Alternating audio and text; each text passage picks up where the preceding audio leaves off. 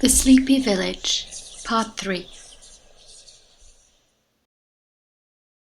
Bruno lit a candle and opened the door. He stepped into the living room. There was no one there, no one at all. Yet, the floors were still creaking, and he could, just barely, hear whispers. He looked behind the curtains, under the sofa, even under the large cushions. No, he was alone. Perhaps he was tired because the whispers were still just barely audible. He went back to his room, blew out the candle, and tried to fall asleep. What do you think? Should Bruno stay in this village much longer? The food's not great, the service sucks, and there are weird noises at night. Maybe he can get a refund for the rest of the stay. The next few days in the village were strange. He realized that there were quite a few foreigners running businesses there. He saw the Brazilian waitress again, despite not having wanted to return to the bar. Several times, nothing else had been open.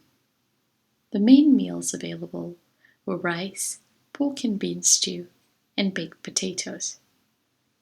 Italians ran the supermarket, open for only a couple hours every other day. And sometimes he saw a Senegalese fruit seller at sunrise. He'd visited the lighthouse where local teens liked hanging out. They seemed to be staring at him and whispering. The most curious thing was that the noises had persisted. They came unexpectedly, not only at night in the cabin, but in the streets at dusk, or at midday in the bar where he was having lunch. Sometimes it was a laugh. At other times, he seemed to hear the sound of glass breaking, or of forks clattering. Of course, the barely audible whispers were there too. Yet, no one else seemed to be around. It was very disturbing. He'd asked the Brazilian waitress whether she could hear the forks once, and she'd just rolled her eyes and stalked off. What's going on? Where are these noises coming from? A week later, Bruno had made his decision. It was time to go back. He packed his few belongings, petted the black cat who had stayed with him the whole time, and stepped out of the cabin. To his surprise, the owner was there with his white cat on his shoulders.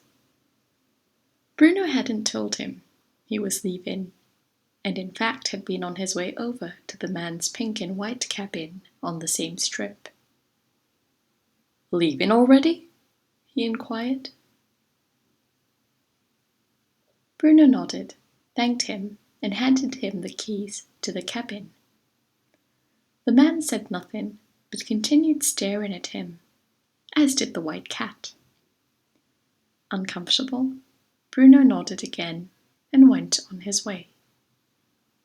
He followed the same path that had led him into the village. He had almost reached the dunes when something stopped him in his tracks. A meow.